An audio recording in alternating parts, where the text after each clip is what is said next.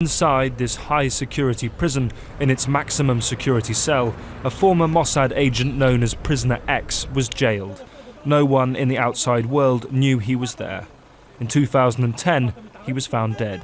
But it isn't until now that details of this extraordinary case are beginning to emerge. The man, now named as Ben Zygier, an Israeli with Australian citizenship, was being held for an unspecified crime and confined in total seclusion within a private wing. When his death was revealed by the Australian TV channel ABC, the Israeli government immediately banned all coverage of the story by the Israeli media. We received a phone call from the IDF military censor saying that any material about Prisoner X and about this Australian TV report could not be written about in Israel. It was under gag order by court order.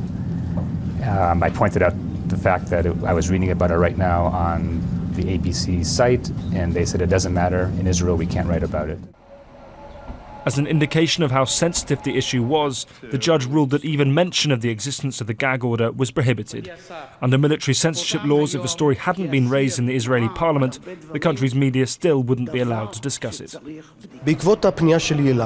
This morning we learnt after the gag order was lifted that the prisoner died in unknown circumstances. Today I call on the Attorney General to check once and for all in a thorough manner what's happened, why this man died and what were the circumstances of his imprisonment and death.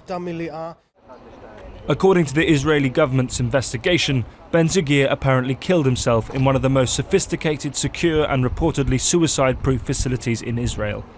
The cell he was in had been specially designed for the man who assassinated Israel's Prime Minister Yitzhak Rabin in 1995.